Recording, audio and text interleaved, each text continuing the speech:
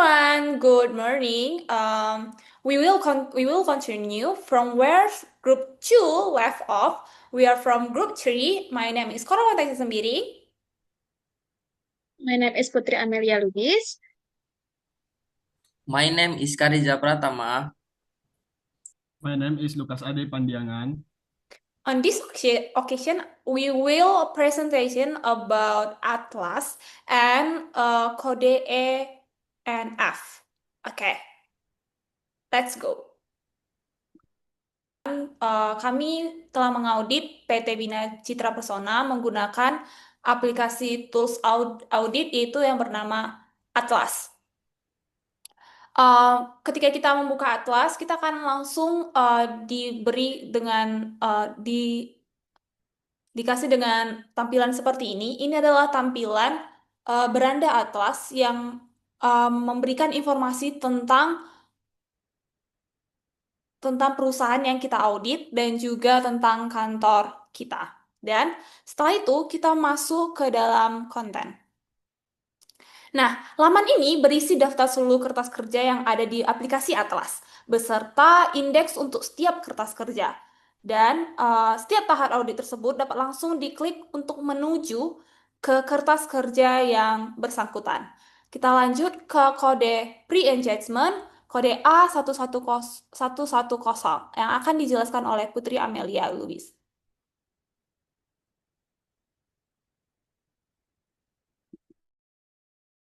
Putri Amelia tolong di-unmute.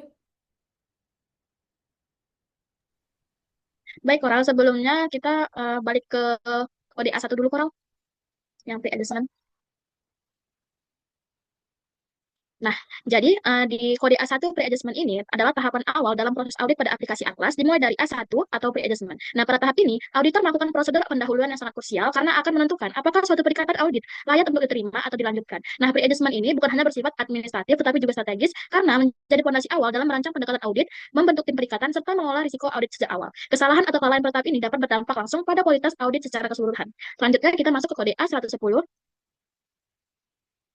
Nah, kode A110 ini merupakan analisis risiko penerimaan dan keberlanjutan hubungan dengan klien. Nah, pada tahap A110 ini, auditor melakukan analisis risiko terkait penerimaan dan keberlanjutan hubungan dengan klien. Tujuan utamanya adalah untuk memastikan bahwa klien tidak memiliki risiko yang terlalu tinggi, baik dari sisi kepatuhan, integritas, maupun risiko salah satu laporan keuangan. Dalam aplikasi Atlas ini, seluruh data dasar seperti nama KAP, auditor, klien, alamat, dan tahun buku akan muncul secara otomatis berdasarkan data yang telah diinput pada halaman beranda. Kemudian, sistem Atlas ini juga membantu auditor dengan memberikan penilaian risiko awal secara otomatis. Misalnya, apabila klien merupakan perusahaan swasta non-go publik tapi menggunakan SAK umum, maka sistem akan mengklasifikasikan kondisi tersebut sebagai risiko tinggi. Nah, hal ini dikarenakan entitas non-go publik harusnya menggunakan SAK etap, sehingga ketidaksesuaian standar akuntansi dapat meningkatkan risiko ketidakpatuhan dan salah saji laporan keuangan.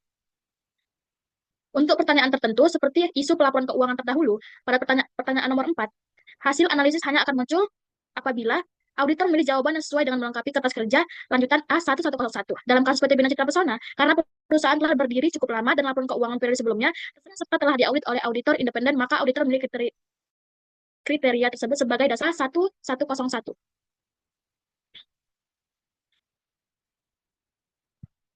Nah, kertas kerja A1101 ini digunakan untuk mengevaluasi dan menganalisis berbagai isu penting yang berasal dari laporan keuangan periode sebelumnya. Melalui kertas kerja ini, auditor dapat mengidentifikasi apakah terdapat permasalahan yang berulang, koreksi material yang signifikan, atau kelemahan atau proses laporan keuangan yang berpotensi mempengaruhi audit periode berjalan. Nah, pada kertas kerja ini, auditor mengisi setiap pertanyaan yang tersedia melalui menu drop-down yang dengan kondisi aktual klien serta melampirkan dokumen pendukung sebagai bukti yang relevan. Pada bagian akhir kertas kerja, agak ke bawah, Koral. Nah, pada bagian akhir kertas kerja, auditor diwajibkan untuk menyusun simpulan secara manual. Nah, simpulan ini mencerminkan pertimbangan profesional auditor mengenai kualitas dan keandalan pelaporan keuangan terdahulu, serta menjadi dasar penting dalam pengambilan keputusan penerimaan perikatan. Setelah seluruh data terisi dan status KKAP berubah menjadi completed, auditor dapat melanjutkan ke tahap berikutnya, yaitu penilaian integritas manajemen.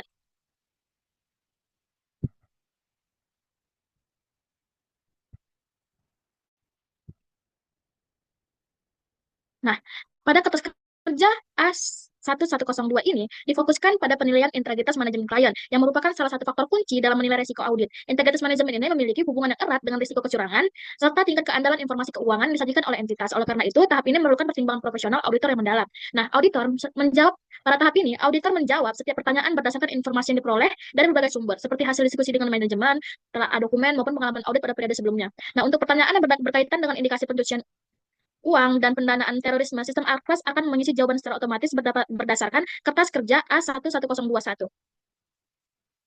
Bisa diklik, Kro.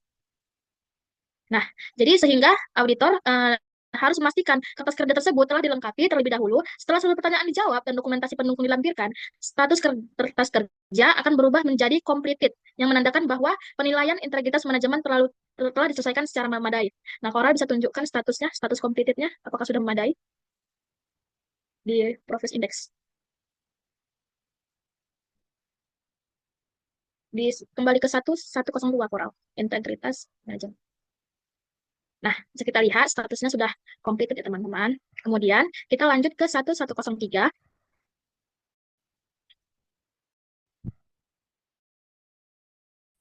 Bisa di Coral. Nah, di kode A1103 ini yaitu kompetensi, ketersediaan waktu, dan independensi personal CAP. Nah, pada kertas kerja 1103 ini, auditor melakukan penilaian terhadap kesimpulan internal CAP dalam melaksanakan perikatan audit, di mana penilaian ini mencakup kecukupan kompetensi sumber daya manusia, ketersediaan waktu yang memadai, serta terjaganya independensi seluruh personal yang terlibat dalam perikatan. Nah, auditor memasukkan data terkait personal CAP, termasuk partner, manajer, dan staf utama, beserta informasi mengenai lampiran dokumentasi kompetensi teknis, lampiran dokumentasi ketersediaan waktu, pengalaman bidang audit, dan ketersediaan waktu masing-masing. Selanjutnya, melalui menu drop-down, auditor juga mengevaluasi pemahaman industri klien serta potensi ancaman terhadap independensi. Selanjutnya, sistem Atlas akan menyusun ringkasan hasil analisis secara otomatis. Ringkasan ini menjadi dasar bagi auditor untuk menilai apakah tim perikatan telah memenuhi persyaratan profesional dan etika audit sebelum melanjutkan ke tahap audit berikutnya. Selanjutnya, setelah kertas kerja A110 ini status KKP completed, selanjutnya kita klik previous index. Statusnya udah completed kan, Coral? Bisa tunjukin nggak? Status. Nah, setelah itu, kita akan melanjutkan di penginputan data laporan keuangan yang akan dilanjutkan oleh Coral Fund. Baiklah, pada halaman ini, auditor akan mengisi seluruh laporan keuangan, dan kami sebagai auditor untuk PT Bina Citra Pesona, kami mengambil semua data keuangan yang ada pada buku 3 dan 4, yaitu angka-angka 2024 dan 2023 sebagai acuan tahun sebelumnya. Dan di sini juga ada perhitungan untuk EBIT, dan ini akan menyimpulkan bahwa adakah resiko terhadap setiap akun yang telah diisi pada laporan keuangan. Dan setelah diisi, semua pada kode ini sudah diisi, maka akan ada kesimpulan yang dibuat oleh auditor, karena setelah berdasarkan laporan keuangan, maka kesimpulannya adapun mitigasi risiko yang dilakukan adalah melakukan prosedur audit berbasis risiko dan mengkombinasikan dengan klien. Dan hasilnya adalah analisisnya adalah low, semuanya low. Oke, kita akan lanjut ke kode selanjutnya.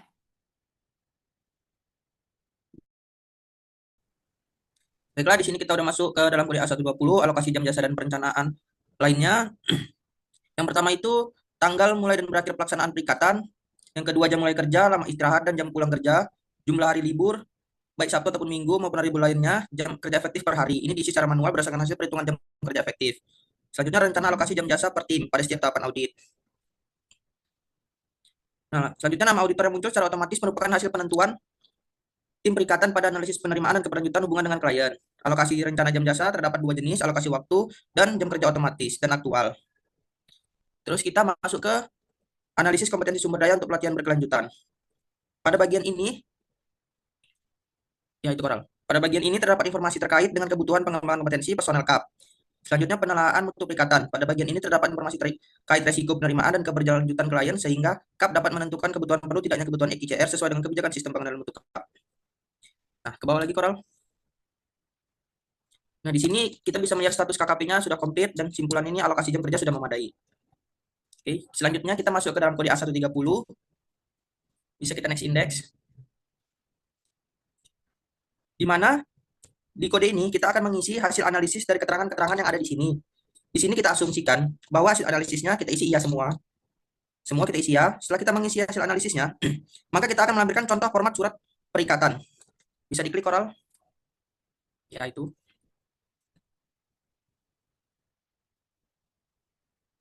Sudah lanjut. Kok nggak link?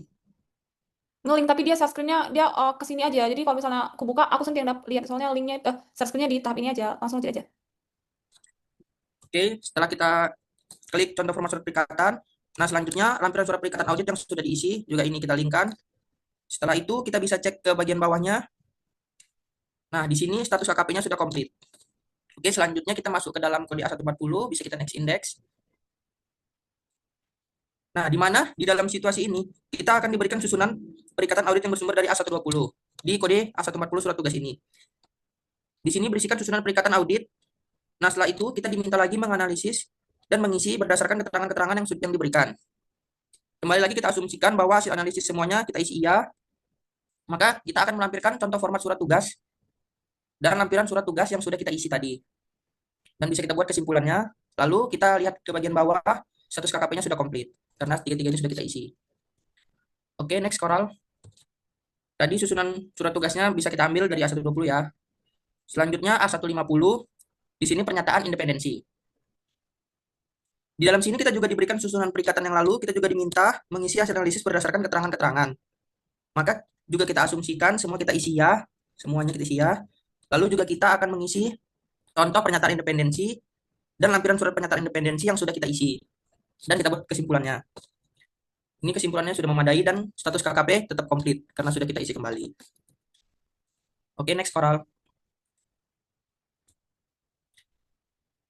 Terakhir kode A160, yaitu tim perikatan. Di mana di sini kita juga diminta menganalisis dan mengisi keterangan-keterangannya. Semua juga kembali kita asumsikan, kita buat hasil analisisnya ya. Dan juga kita isi kembali contoh format komunikasi dan lampiran komunikasi tim perikatan yang sudah kita isi. Selanjutnya kesimpulannya komunikasi memadai. Dan bahwasannya status KKP-nya sudah komplit. Nah, untuk contoh format komunikasi, lampiran, dan dari A120 tadi, semuanya harus nge-link ke dalam Google Drive yang sudah kami sediakan. Dan itu nanti dibuka langsung nge-link ke sana. Contoh format suratnya ini belum yang terisi, masih contohnya. Kalau lampiran ini yang sudah diisi. Oke, mungkin itu saja kodenya. Selanjutnya akan dijelaskan oleh teman saya kembali. Saya kembalikan kepada Coral Fantasia. Oke, di sini saya akan membahas kode A2 atau risk assessment. Dalam audit, risk assessment adalah proses fundamental untuk mengidentifikasi, menganalisis, dan mengevaluasi risiko yang dapat mencegah organisasi mencapai tujuannya. Baiklah, di sini kita akan masuk ke kode yang pertama, A210. Di sini kita ada penjelasan kondisi entitas. Untuk kasus dari PT Bina Citra Pesona, kita pilih entitas normal dengan periode 31 Desember 2024. Lalu laba sebelum bunga, pajak, dan penyusutan dan amortisasi sebagai acuan saldo kita, yaitu dari atas ini. Dengan marginnya kita buat 7%. Lalu untuk penentuan maturitas pelaksananya 75%, dengan ambang batas margin itu 5%. Lalu untuk pertimbangan profesional dalam memilih acuan, yaitu berdasarkan risk assessment terhadap inherent risks dan counter risks dalam kondisi risiko yang medium. Lalu di sini juga kita bisa lihat untuk tentukan spesifik materiality-nya, kita memilih performance materiality atau PM dengan akun yang terkait, yaitu persediaan, piutang usaha, dan utang usaha. Dengan persenannya itu 50% untuk setiap spesifik OM dan spesifik PM. Lalu kita kembali lagi. Nah, di sini ada pertanyaan, apakah terdapat pertimbangan penentuan spesifik materiality? Lalu kita centang. Dan di sini ada kesimpulan juga materialitas sudah ditentukan. Dan jika status KKP telah komplit, maka kita next index. Lanjut ke A220.1. Di sini ada prosedur awal untuk menganalisis. Di sini kita akan disajikan dengan beberapa akun. Dan di sini ada analisis vertikal dan rata-rata industri, di mana di sini nanti kita bisa menentukan. Dari analisis ini ada nggak indikasi terkait saji material. Salah satu contoh yang akan saya berikan yaitu kas dan setara kas, di mana kas dan setara kas ini ada kenaikan sebesar 10%. Walaupun ada analisis rasionya itu 34,7%. Di situ ada kemungkinan salah saji dengan besaran tersebut. Lalu, untuk kesimpulannya, kita buat hasil analisis awal terdapat risiko salah saji material. Harus kita jelaskan juga kondisinya, yaitu terdapat akun yang berpotensi salah saji material yang disebabkan karena proporsional rasional rasio yang tidak normal pada beberapa akun. Lalu, kembali lagi, dan kita lanjut ke poin 2. Akan dipaparkan beberapa ataupun jumlah-jumlah dari kelompok akun untuk sebagai data pembantu untuk kita mencari rasio. Di sini udah saya cari untuk rasionya dan ini untuk analisisnya. Ini pemaparan akun-akun apa saja dan saldonya berapa. Lalu setelah kita dapat, kita buat kesimpulannya, yaitu hasil analisis awal ini tidak terdapat risiko salah saji material. Kita kembali lagi untuk next index. Di A230 di sini ada 8 poin. Yang pertama itu ada informasi umum dan aspek legalitas. Di sini kita akan dipaparkan oleh beberapa informasi tentang PT Citra Bina Pesona seperti kontak klien, informasi umum terkait dengan penetapan perusahaan. Lalu di bawahnya ada informasi terkait apakah telah dikukuhkan sebagai pengusaha pajak dan ya, lalu ada status kepemilikan kantornya, yaitu kantor pusat, cabang dan gudang serta pabrik itu milik sendiri. Lalu jumlah karyawan tetapnya itu ada sekitar 24 orang. Oke, kembali ke poin selanjutnya. Poin 2. Poin 2 di sini kita akan dipaparkan oleh struktur organisasinya apa, baru uraian tanggung jawabnya apa. Lalu ada lampiran kerjanya, kertas kerja. Dan di sini kita buat kesimpulannya untuk struktur organisasi dan uraian tanggung jawab tidak terdapat kemungkinan salah saji. Lalu di poin ketiga, proses aktivitas bisnis utamanya. Di yang pertama, kita buat itu adalah siklus akuntansi umum, penjualan kredit, penerimaan kas dari pelunasan piutang dagang, penerimaan kas dari penjualan tunai, pembelian, utang dagang, dan pengupahan. Ini kita drop down untuk pilih ya, karena siklus ini akan kita jelaskan nanti. Lalu untuk rangkuman apa saja siklusnya, itu kita buat di sini. Setelah kita isi, lalu kita masuk ke kesimpulan, yaitu proses aktivitas bisnis utama tidak terdapat kemungkinan salah saji material. Kita kembali.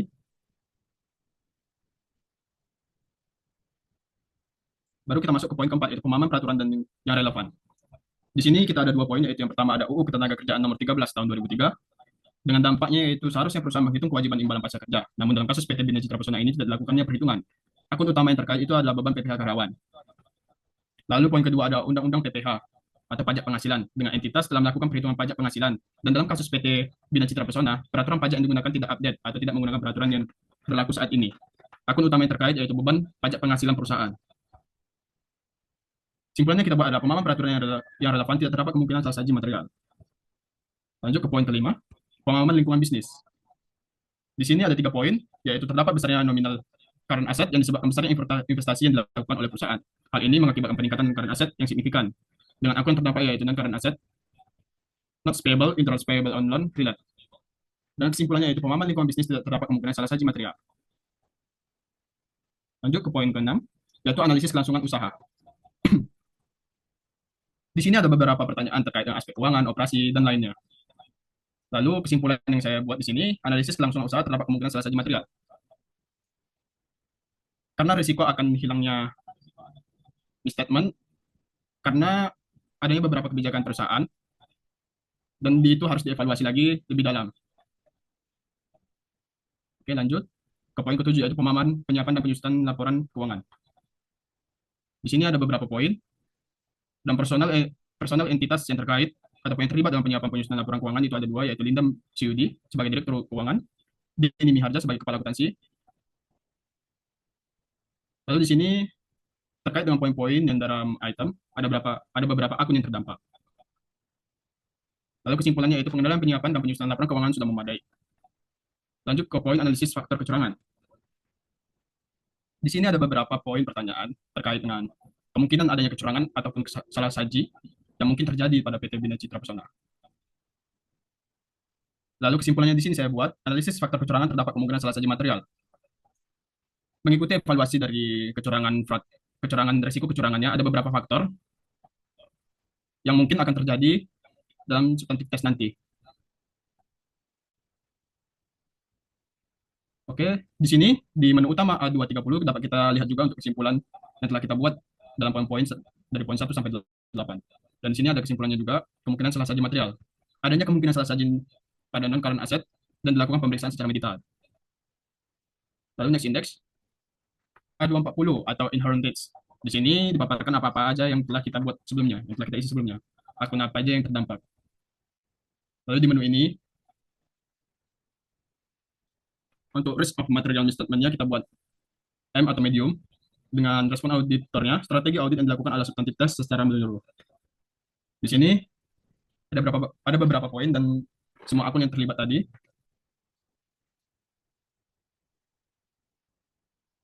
Lalu yang di warna kuning ada rentan terhadap fraud risk atau risiko kecurangan. Di sini ada akun piutang, akun persediaan kantor, dan lain-lainnya. Dan yang termasuk signifikan yaitu akun piutang usaha, dan current asset, beban pokok, biaya gaji dan upah, lalu ada beban penghapusan piutang, lalu ada laba rugi penjualan aktiva, lalu ada juga laba rugi penjualan investasi. Yang dimana menurut pendapat kami itu termasuk dalam risiko signifikan.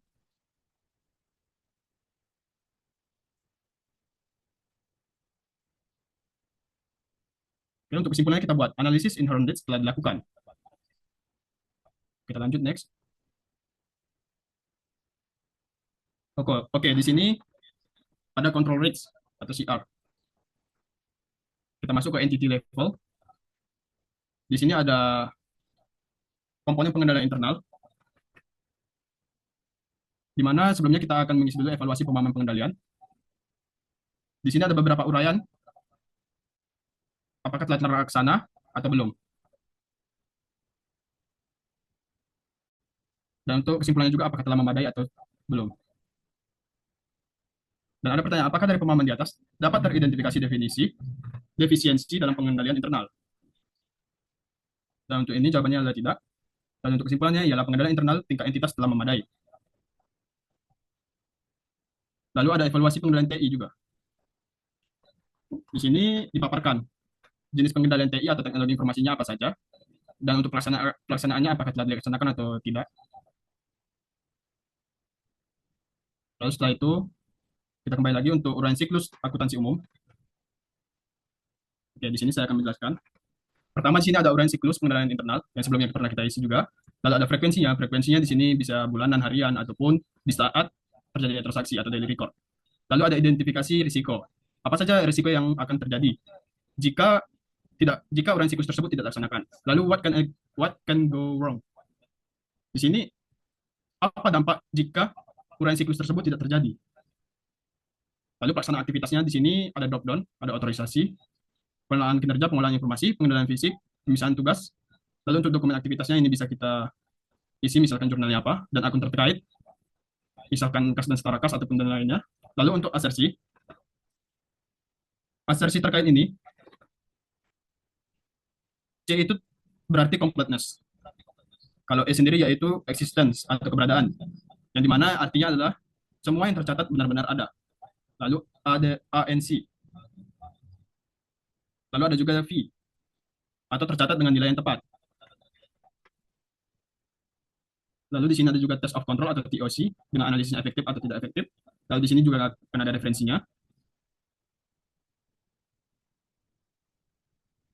Lalu di sini, jika kita memilih efektif, maka hasilnya akan low.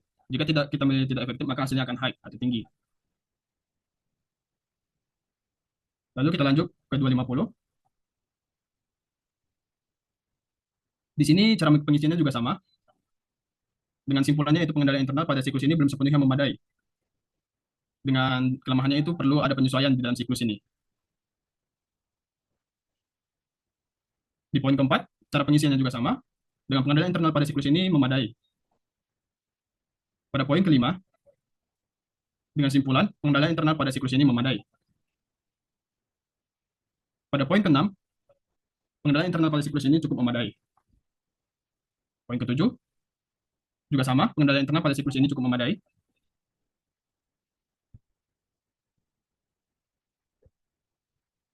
Poin ke-8,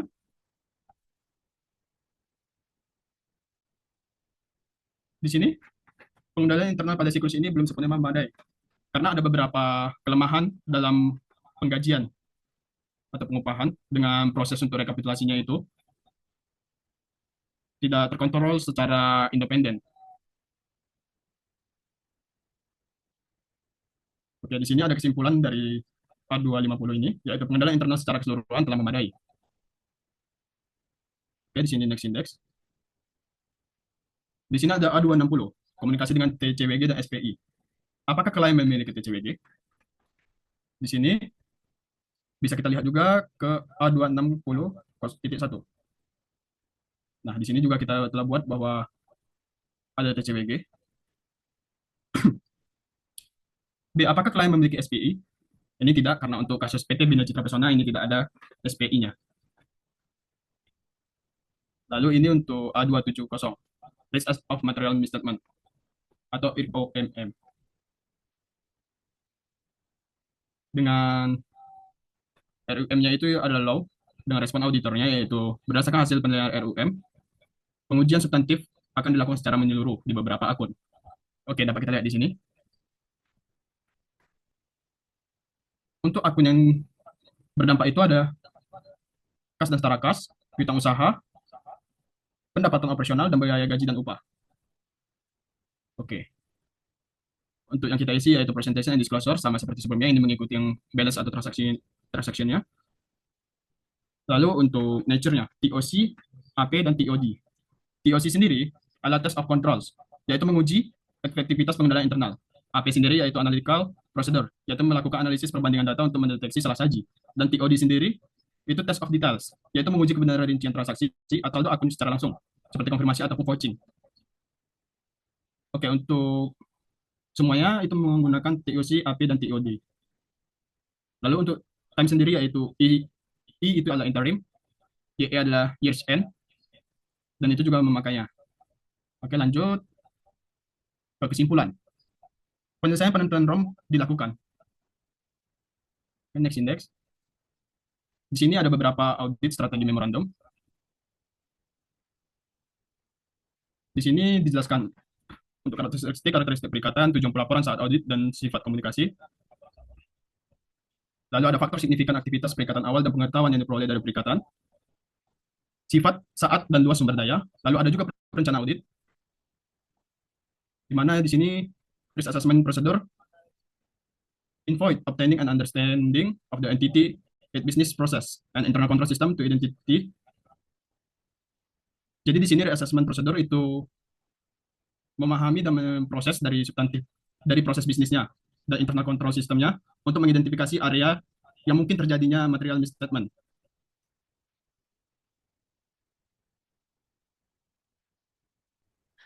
Baiklah, kami akan melanjutkan ke kode E dan F yang untuk surat berharga dan aktiva tetap. Untuk pembahasannya sendiri, materinya akan disampaikan oleh Putri Amelia dan Karija. Untuk pembahasan pertama akan di present by Karija. Sebentar.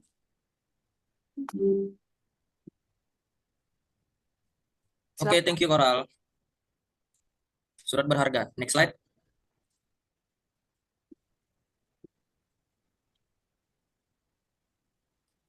Surat berharga adalah instrumen keuangan yang memiliki nilai dan dapat diperdagangkan, dialihkan, atau digunakan sebagai alat pembayaran maupun jaminan.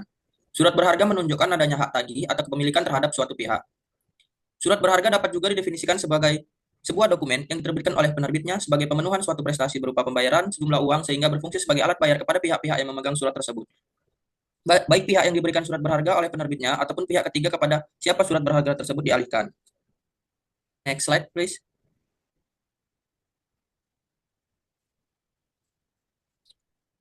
Di sini ada jenis-jenis surat berharga, ada cek, biliet giro, wesel, deposito, reksadana, obligasi, dan waran. Cek adalah surat perintah tertulis dari nasabah kepada bank untuk membayar sejumlah uang secara tunai kepada pihak yang namanya tertera dalam cek atau kepada pembawa cek tersebut.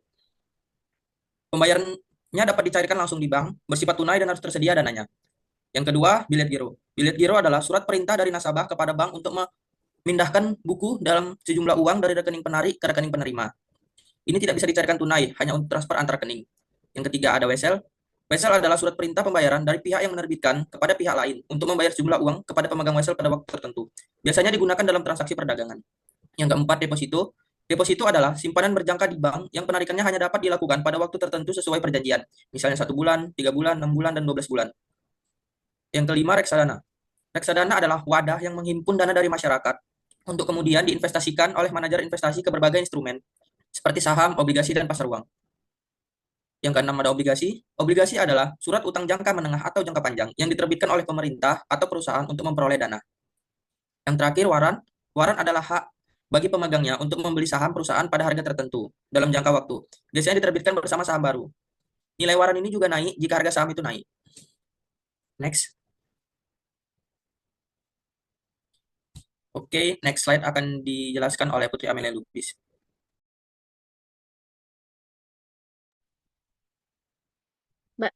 Baik, di sini saya akan melanjutkan membahas mengenai prosedur pemeriksaan substantif atas surat-surat berharga dan investasi. Nah, program pemeriksaannya yang pertama, minta atau buatlah analisis tentang surat-surat berharga dan investasi saldo atau jumlah lembar surat berharga pada awal tahun, tambahan, pengurangan, dan saldo pada akhir tahun. Kemudian, lakukan wawancara mengenai pihak pemegang surat-surat berharga. Selanjutnya, jika ditangani sendiri oleh klien, maka lakukan inspeksi terhadap surat-surat berharga. Jika ditangani oleh pihak-pihak lain, misalnya broker, maka lakukanlah konfirmasi secara langsung, dapatkan informasi mengenai apakah surat-surat berharga dijadikan jaminan atau tidak. Kemudian, periksa ketelitian perhitungan dan pencatatan, telusur saldo awal kertas kerja tahun sebelumnya, telusur saldo akhir keuangan trial balance. Selanjutnya, langkah 9, lakukan analisis terhadap penjualan surat-surat berharga dan lakukan poaching ke dokumen pendukungnya. Lalu, penilaian atau lokasi, di mana hitung laba atau rugi penjualan surat berharga dan telusur ke rekening yang bersangkutan. Lalu tentukan apakah laba atau rugi yang berhubungan dengan surat-surat berharga telah dicatat. Lalu tentukan harga pasar surat-surat berharga pada akhir tahun dan usulkan penyesuaian untuk mencatat penurunan nilai surat berharga. Next.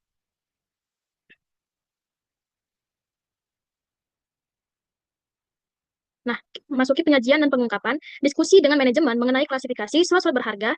Jika saudara pandang perlu, usulkan reklasifikasi. Yang terakhir, pertimbangkan untuk mengungkapkan yang rinci terhadap hal-hal penting yang berhubungan dengan surat-surat berharga dan investasi. Selanjutnya,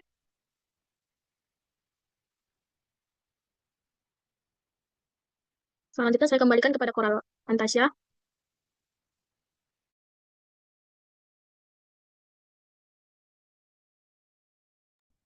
Baiklah, untuk pembahasan materi yang sudah disampaikan oleh Karija dan Amel, berikut kami akan menjelaskan skripsi yang sudah kami kerjakan berdasarkan materi yang sudah kita pelajari, yaitu kode E dan F untuk surat berharga, bermula dari S1. Ini dapat format S1 ini merupakan dapat formatnya dari buku 3, yaitu dari tahun lalu. Di sini merupakan daftar surat berharga yang dimiliki oleh PT Bina Citra Pusana. PT Bangun Karya itu saham biasa dengan jumlah lembar 28.500 lembar, per lembarnya itu ada 8.000, sehingga nominalnya 228 juta. Pada tahun 2025 tidak ada penambahan dan pengurangan, sehingga nominalnya tetap. Dan untuk PT Sinar Mataram, saham biasa sejumlah 30.000 lembar dengan harga per lembar itu 11.800. Namun pada tahun 2025 ada pengurangan. Jadi pada tahun 2025 PT Sinar Mataram tidak memiliki saham biasa lagi. PT Cakrawala, saham biasa pada tahun 2024 sebesar 23.300 dengan harga per lembar 11.000 sehingga nominalnya 270.280. Dan tahun 2025 itu ada pengurangan sehingga 0. Untuk PT Suara Alam pada tahun 2024 belum ditemukan surat berharga, namun 2025 ada pembelian sebesar 1.200 lembar dengan harga per lembar 21.500 dengan sehingga nominalnya 25.920 juta. 920.000, sorry. Dan PT Meridian juga seperti itu, 2024 tidak ada, dilakukan pembelian sehingga 2025 ada sebesar 19.300. PT Arta juga demikian, utang Wesel 2025 80 juta. Dan untuk jurnalnya ada adjustment untuk PT Arta 79.384, ada income and adjustment 616 pada securities 80 juta, ada income and adjustment 20.486 pada securities 20.486. Unrecorded purchase of share from PT Dian Electric di jurnal securities 47.920 pada account payable 47.920. Untuk kode E2,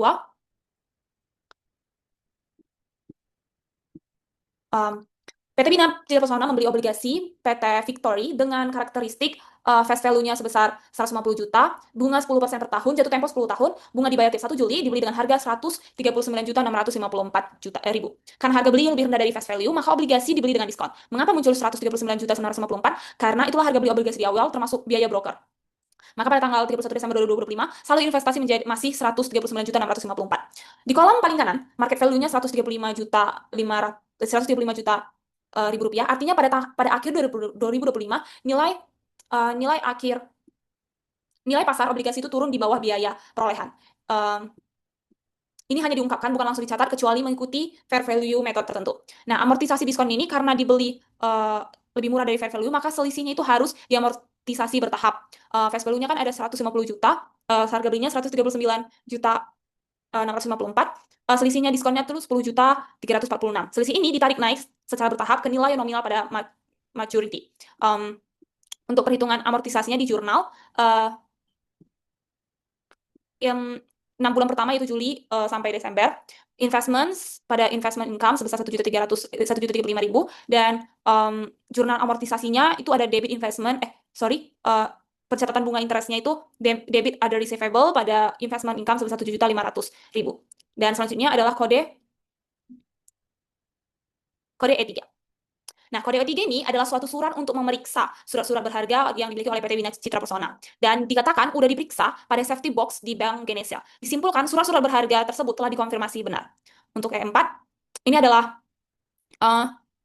ada surat berharga dari PT Cakrawala dengan lembar saham sejumlah 23.300, harga perolehannya 270.280, dicatat di E1, dan penerimaan kasnya sebesar 294.558, sehingga laba ruginya, yaitu selisih antara harga perolehan dan penerimaan kasnya itu adalah sebesar 224.278. PT Sinar Mataram, harga perolehannya 354 juta, harga penerimaan kasnya itu 160.000, sehingga laba ruginya itu sebesar 40.160.000. Selanjutnya E5 akan dijelaskan oleh Kharija.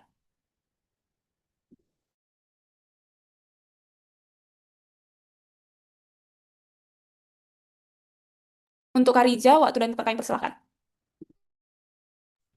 Oke, Koral. Di sini saya akan menjelaskan kode E5.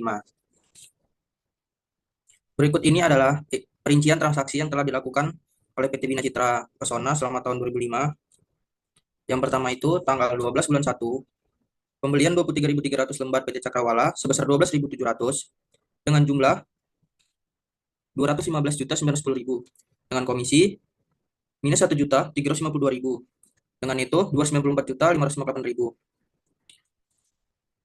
Neto ini sudah sesuai dengan kode E4 yang dibacakan oleh Koral tadi, dan tanggal 12 bulan 1 ini dengan jumlah 215 juta ini juga sudah sesuai dengan E1 yang telah dijelaskan oleh Koral Fantasia. Yang kedua tanggal 16 bulan 4, 30.000 lembar PT Sinar Mataram dengan harga 13.200 dengan jumlah 396 juta dengan komisi minus 1.840.000, dengan itu 394.160.000. Ini juga sudah sesuai dengan kode E4 ini tuh, dan jumlahnya di kode E1. Selanjutnya, tanggal 2 bulan 7, obligasi PT Victory 10%, 10 tahun dengan nominal 150 juta, dengan jumlah 138.960.000, dengan komisi sebesar 694.000, dan itu sebesar 139.654.000. Ini juga sudah sesuai netonya dengan kode E2 yang dijelaskan oleh Koral, dan jumlahnya juga berada di dalam kode E2.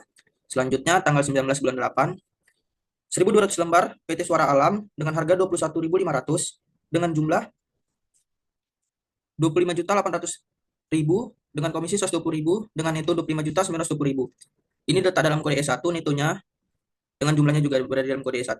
Selanjutnya tanggal 24 bulan 9, 2.000 lembar PT Median sebesar 9.600 dengan jumlah 19.200.000 dengan komisi 100.000, dengan harga netonya 19.300.000. Ini juga berada dalam kode E1 keduanya. Selanjutnya yang terakhir tanggal 29 bulan 12, 4.500 lembar PT Dian Elektronik dengan harga 10.600 dengan jumlah 47.700.000 dengan komisi 220.000, dan jumlah neto 47.920.000. Ini juga berada dalam kode E1. Saham-saham tersebut ini masih berada di kantor PT Dian Elektronik dan akan diserahkan kepada PT Bina Citra Persona setelah pembayaran semuanya sudah dilakukan. Oke, selanjutnya kode E6. Di sini saya akan menjelaskan cuplikan buku besar yang ada di buku 3 E2, dan cuplikan buku besarnya ini berada di dalam buku 4 halaman 39 dengan kode E6. Yang pertama itu tanggal 29 bulan 3, keterangannya dividen PT Sinar Mataram dengan harga 30.000 dengan harganya 155. Jadi ini dikalikan sebesar 4.650.000 dengan saldo 4.650.000. Yang kedua tanggal 30 bulan 9, pembagian dividen PT Meridian sebesar 2.000 dengan harga 280 per lembar, dikalikan jadi 560.000, dan jumlah saldonya bertambah sebesar 5.210.000. Selanjutnya masih di tanggal 30 bulan 9, PT Suara Alam dengan lembar 1.200 dengan harga 700 jadi 840.000, dan jumlah saldo bertambah sebesar 6.050.000. Selanjutnya tanggal 27 bulan 11, pembagian dividen PT Bangun Karya 28.500 dikali 120 sebesar 3.420.000 dengan saldo 9.470.000. Yang kedua PT Meridian 2.000 dengan harga 280. dan jumlahnya 560.000 dan saldo juga bertambah 10.030.000. Selanjutnya PT Suara Alam 1.200 dengan harga 700 maka 840.000 dan saldo bertambah sebesar 10.870.000. Jadi saldo akhir tahun buku besar ini sebesar 10.870.000. Ini juga udah sesuai dengan TB2. Selanjutnya E7. Di kode E7 ini di sini saya akan menjelaskan allowance for marketable securities impairment. Yang pertama itu PT Suara Alam dengan akuisisi cost-nya sebesar 25.920.000. Ini yang berada dalam kode E5 tadi dengan market value-nya sebesar 19.200.000. Ini berada dalam kode E1 dan LCM-nya sebesar 19.200.000. Jadi impairment of MS-nya ini sebesar 6.720.000. Kedua, PT Meridian sebesar 19.300.000. Ini juga udah sesuai dengan kode E5 tadi dengan market value-nya sebesar 20 juta per 1.000. Ini berada dalam kode E1 dan LCM-nya sebesar 19.300.000 dan impairment of MS-nya minus 1.100.000. Yang ketiga, PT Dian Electronics sebesar 47.920.000 di kode E5 sudah sesuai dan market value-nya 46.800.000. Ini berada dalam buku 1. Dan LCM-nya sebesar 46.800.000 dan impairment of MS-nya sebesar 1.110.000 dengan jumlah 6.740.000. Di sini kita ada jurnal adjustment-nya. Yang pertama itu jurnalnya loss on MS impairment sebesar 6.740.000 tadi yang kita dapat dari atas ini. Dan allowance for MS impairment juga sama nominalnya 6.740.000. Oke, sedikit ke bawah, Koral. Next slide, kode L8. Kode E8 ini analisis transfer surat berharga investasi jangka panjang. Sebentar. Harga perolehan PT Bangun Karya sebesar 228 juta. Harga pasar PT Bangun Karya sebesar 213.750.000 ini dari 7.500 dikali 28.500. Jadi rugi penurunan nilainya sebesar 14.250.000. Nah, jurnalnya investasi jangka panjang sebesar 213.750.000 ini, rugi penurunan nilai MS sebesar 14.250.000 dan surat-surat berharga sebesar 228 juta. Dan investasi jangka panjang dan rugi penurunan nilai MS ini berada dalam kode E122. Oke, kode selanjutnya akan dijelaskan oleh Lukas Ade Pandiangan. Oke, terima kasih Rija. Di sini saya akan membahas kode E9. Di mana kode E9 ini adalah kita mengungkapkan apa hak yang harus kita dapatkan di akhir bulan dari surat-surat berharga, terutamanya di surat berharga PT Arta. Yaitu kita menambah surat berharga di tanggal 1 bulan 11 2005. Seharusnya ini 2024. Baru kita masukkan untuk interest rate-nya atau bunga tahunannya itu 12% dengan nominalnya itu 80 juta yang kita dapat dari E1. Di kode E1 tersebut ada nominalnya sebesar 280 juta untuk PT Arta. Lalu tinggal kita kalikan saja untuk mendapatkan bunga di akhir bulannya, di akhir tahunnya, yaitu kita dapatlah sebesar 1.600.000. Lalu kita buat jurnal penyesuaiannya, yaitu ada other receivable atau piutang lain sebesar 1.600.000 dan juga investment income atau pendapatan dari investasi sebesar 1.600.000. Oke, kembali ke moderator.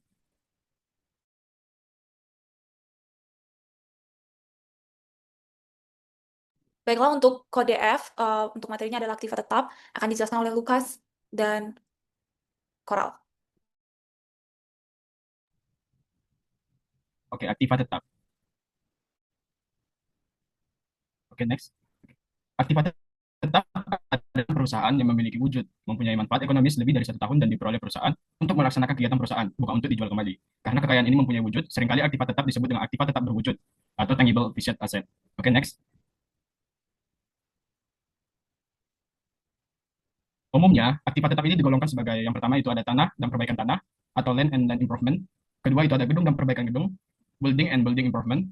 Yang ketiga ada mesin dan equipment pabrik. Yang keempat ada mebel. Yang kelima ada kendaraan.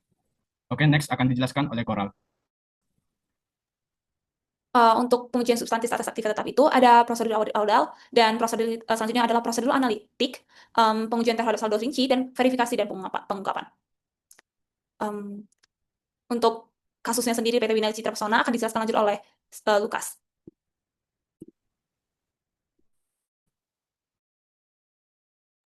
Baiklah, di sini saya akan menjelaskan tentang F1, di mana F1 ini aktiva tetap.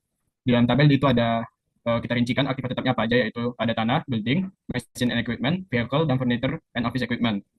Di mana di sebelahnya yaitu beginning balance itu kita ambil dari buku 3 halaman 42 dengan rinciannya yaitu tanah sebesar 164.500.000, bangunan 552.526.000, machine and equipment yaitu 1.081.081.690 rupiah. Lalu untuk vehicle itu 198.850.000 dan furniture and office equipment itu 212.866.000. Dengan penambahan yaitu ada di machine and equipment sebesar 1.909.600.000 itu bisa kita lihat nanti di F2. Lalu ada pengurangan atau pelepasan aset tetap sebesar 79.200.000. Jadi nilai akhir untuk machine and equipment yaitu sebesar 2.012.050.000. Lalu untuk furniture dan equipment, office equipment penambahannya itu yaitu sebesar 16.800.000 dengan ending balance-nya 229.666.000. Lalu kita masuk ke depresiasi. Depresiasi untuk building sendiri dengan tingkatnya itu 3,33%. Untuk mesin itu 5%. Untuk kendaraan atau vehicle yaitu 2,50%. Lalu untuk furniture itu sebesar 5%. Dengan metode usia bangunan sendiri yaitu 30 tahun. Lalu untuk mesin equipment yaitu sebesar selama 20 tahun. Dan untuk vehicle itu 4 tahun, furniture itu 20 tahun. Lalu untuk akumulasi depresiasinya, saldo dari building sendiri yaitu sebesar 130.832.000, lalu 321.732.000 untuk mesin. Lalu selanjutnya 105.596.000 itu untuk vehicle atau kendaraan. Lalu untuk furniture sendiri dengan akumulasinya itu 75.162.000. Penambahan dari masing-masing aset tetap ini bisa kita kali ataupun kita lihat nanti di kode F4. Lalu untuk yang mesin and equipment ini, kenapa ada disposal atau pengurangannya? Itu diambil nanti dari F3 dan akan dijelaskan juga di F3. Oke, next ke F2.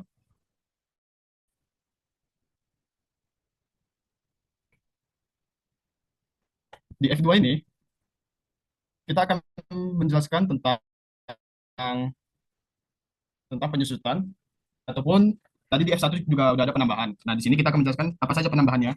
Itu bisa kita ambil dari buku 4 halaman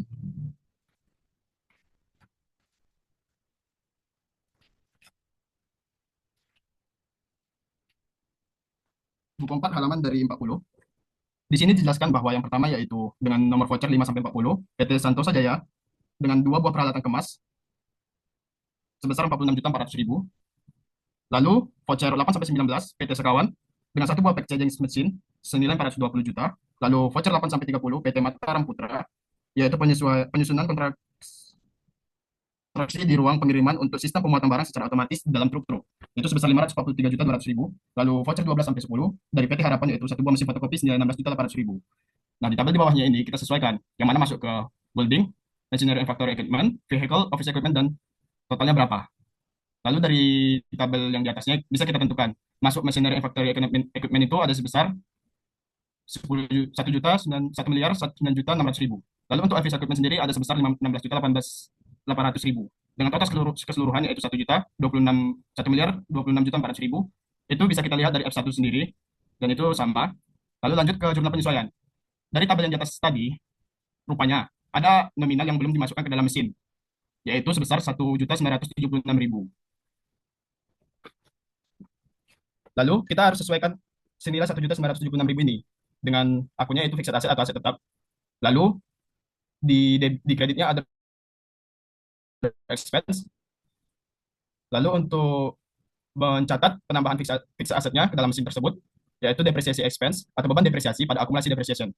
Dengan dikali yaitu 2,5% dikali dengan 1.976.000. Di mana 2,5% ini karena dari buku instruksinya itu jika ada pelepasan ataupun penyusutan aset itu dikali dengan 6 bulan. Karena untuk dari penjelasan dari F1 tadi bahwasannya kalau untuk mesin itu nilai untuk bunganya itu ataupun tingkat penyusutannya persen.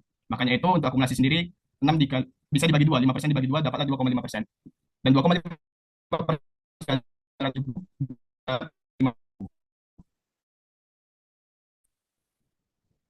di F3 ini kita bisa melihat dari buku 3, buku 4. Di buku 4 ini ada penghentian aktiva tetap. Bisa kita lihat di sini penghentian aktiva tetap yang sesuai juga sama buku dengan kode F1 tadi, yaitu sebesar 79.200.000.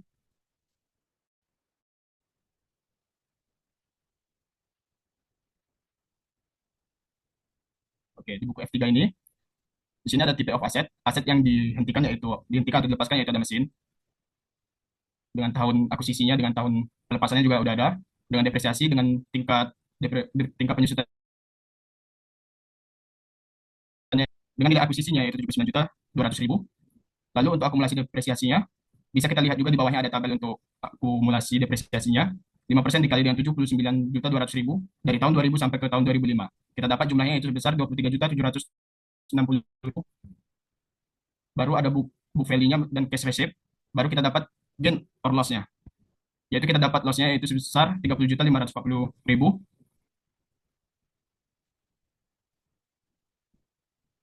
Oke, untuk kode F3 telah saya selesaikan. Dan untuk kode selanjutnya akan diselesaikan oleh Coral.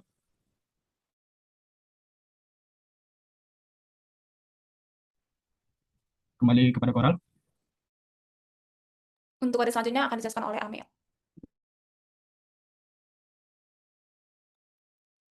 Baik, kode selanjutnya di kode F akan saya jelaskan. Nah, di sini saya akan menjelaskan kertas kerja indeks kode F4, di mana kertas kerja indeks F4 ini mengenai uji depresiasi atau uji penyusutan PT Bina Citra Pesona yang berakhir tanggal 31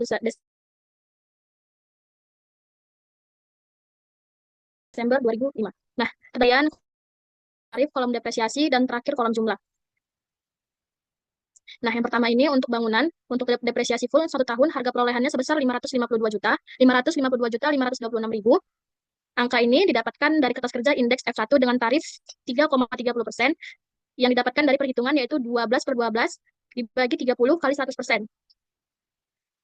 Nah, karena 1 tahun terdapat 12 bulan, dan ini untuk depresiasi penuh, 1 tahun maka dibuat 12/12, dan untuk 30-nya, karena umur ekonomis bangunan selama 30 tahun, sehingga kita dapatkan tarif 3,33%. Lalu, melakukan perkalian antara harga perolehan dengan tarif, maka dapatlah depresiasi penyusutan sebesar 18.417.533.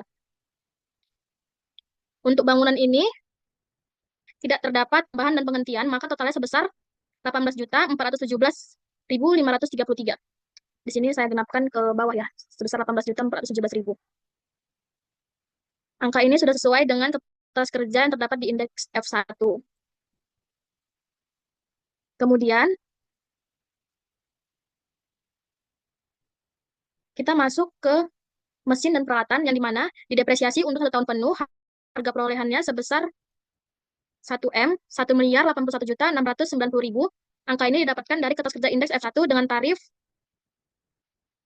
5%. Tarif 5% ini didapatkan dari 12/12 dibagi 20 kali 100%, lalu dikalikan, sehingga dapat depresiasinya sebesar 54.084.500. Lalu terdapat tambahan sebesar 1.009.600.000, dan angka ini didapatkan dari kertas kerja indeks F2 dengan tarif 2,5%, yang didapatkan dari 6/12 dibagi 20 kali 100%, lalu dikalikan sehingga depresiasinya sebesar 25.240.000. Kemudian terdapat penghentian sebesar 79.200 yang didapatkan dari indeks F1 dengan tarif 2,5%, yang didapatkan dari 6/12 bagi 20 kali 100%, kemudian dikalikan, dapatlah depresiasi sebesar 1.980. Kemudian depresiasi setahun penuh ditambah tambahan, dikurang penghentian, di total sebesar, dapatlah dia totalnya sebesar 77.344.000, yang sesuai dengan kertas indeks kerja F1. Yang ketiga, ada kendaraan. Nah, kendaraan ini didepresiasi setahun penuh dengan harga perolehan sebesar 198.850 dengan tarif 25%. 25% ini dapatkan dari 12/12 dibagi 4 kali 100, lalu dikalikan, dapatlah depresiasinya sebesar 49.712.500.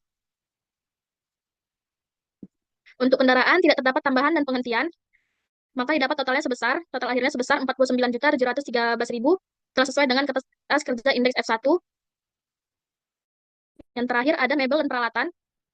Didepresiasi setahun penuh dengan harga perolehannya sebesar 212.866.000, yang didapat dari F1 dengan tarif 5%. 5% ini didapatkan dari 12/12 bagi 20 dikali 100%. Maka untuk depresiasi tahun 2024 ini adalah harga perolehannya dikali rate-nya, maka didapat sebesar 10.643.300. Lalu terdapat tambahan sebesar 16.800. Ini sesuai dengan didapat dari F2 dengan tarif 2,5%. Itu caranya 6/12 bagi 20 kali 100%, lalu dikalikan, dapatlah dia depresiasinya sebesar 420.000.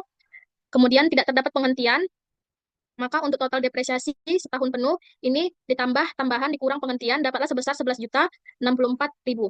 Nah, total akhirnya sebesar 156.538.000 yang telah sesuai dengan TB2.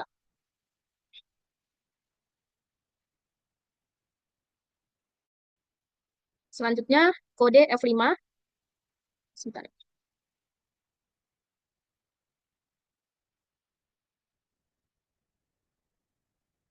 Nah, untuk kode F5 ini yaitu beban reparasi dan pemeliharaan. Yang pertama ini ada nomor voucher, kolom nomor voucher, dibayar kepada keterangan dan jumlah. Nah, voucher nomor 2 sampai 18 dibayar kepada si Pikada Cipta. Keterangannya perbaikan atap gudang sebesar 6.380. Ini bisa kita dapatkan di buku 1 halaman 68 tabel 9. Kemudian nomor voucher 2 sampai 25 dibayar kepada PT Sentosa Jaya.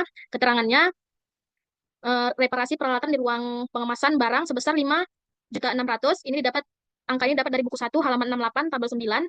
Kemudian nomor voucher 5 sampai 32 dibayar kepada PT Krakatau Indonesia dengan keterangan penyusutan kembali layout di ruang pengemasan barang sebesar 19.280 yang bisa kita dapatkan buku 1 halaman 68 tabel 9 di mana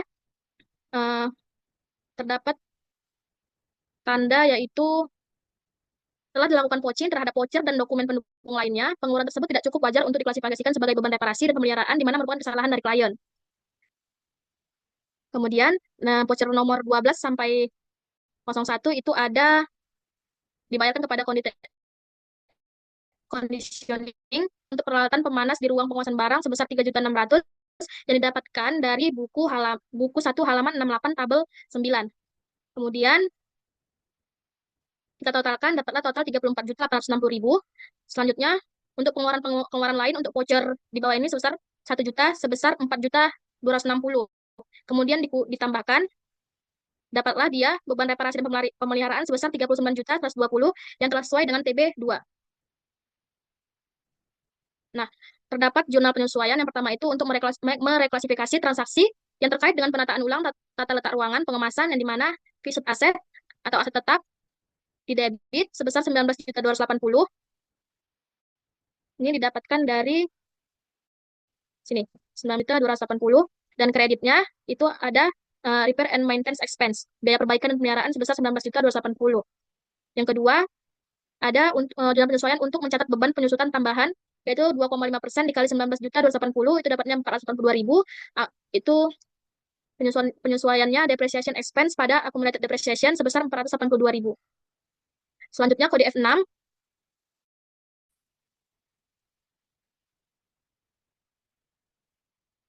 Tabel F6 ini pertama kita mencari tabel amortisasi mesin SGU yang kolomnya ada tahun, saldo utang, angsuran, beban bunga sebesar 15%, angsuran pokok, dan saldo utang SGU. Tahunnya ini sampai tahun ke-20. Nah, langkah pertama kita lakukan pada tahun pertama saldo utang sebesar 230 juta, angsuran per tahunnya sebesar 31.952, beban bunganya 15% dan angsuran pokok pada tahun pertama dibayar sebesar 31.952, maka saldo utang SGU sebesar 198.048.000. Nah, pada tahun kedua, saldo utang itu sebesar 198.048.000 itu diambil dari saldo utang SGU ini. Kemudian beban bunga ini angsurannya 31.952.000. Kemudian dapatlah beban bunga sebesar 29.707.200 didapat dari 190 juta ini dikali dengan 15%. Nih, dikali 15%. Kemudian, sebentar. Nah, kemudian untuk angsuran pokok ini sebesar 2.244.000 didapatkan dari angsuran dikurang beban bunga, maka dapatlah dia 2.244.000. Kemudian, maka dapat saldo utang SGU 195.804. Itu didapat dari saldo utang. Ini saldo utang ini dikurang dengan beban bunga. Untuk tahun ketiga sampai seterusnya, itu sama dilakukan seperti yang tahun pertama dan tahun kedua. Kemudian kita lanjutkan dengan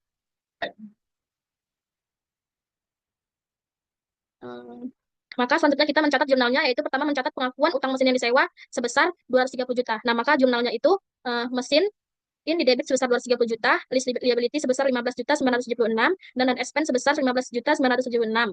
Untuk yang kedua, itu mencatat pembayaran cicilan sewa guna usaha SGU atau melakukan reklasifikasi atas sewa dibayar di muka beban sewa usaha yang digunakan dalam operating list ke rekening utang SGU dan beban bunga SGU yang digunakan dalam operating list. Nah, itu akunnya interest expense atau beban bunga pada interest payable sebesar 14.854.000. Kemudian yang terakhir itu depreciation calculation, jurnalnya depreciation expense pada accumulated depreciation mesin list sebesar 5.750.000. Ini didapatkan dari 6/12 dikali 230 juta dibagi 20 tahun, dapatlah 5.750.000. Selanjutnya, saya kembalikan kepada Koral Fantasia. Baiklah, demikian kode E dan F. Selanjutnya akan dijelaskan oleh kode G dan H akan dijelaskan oleh kelompok keempat.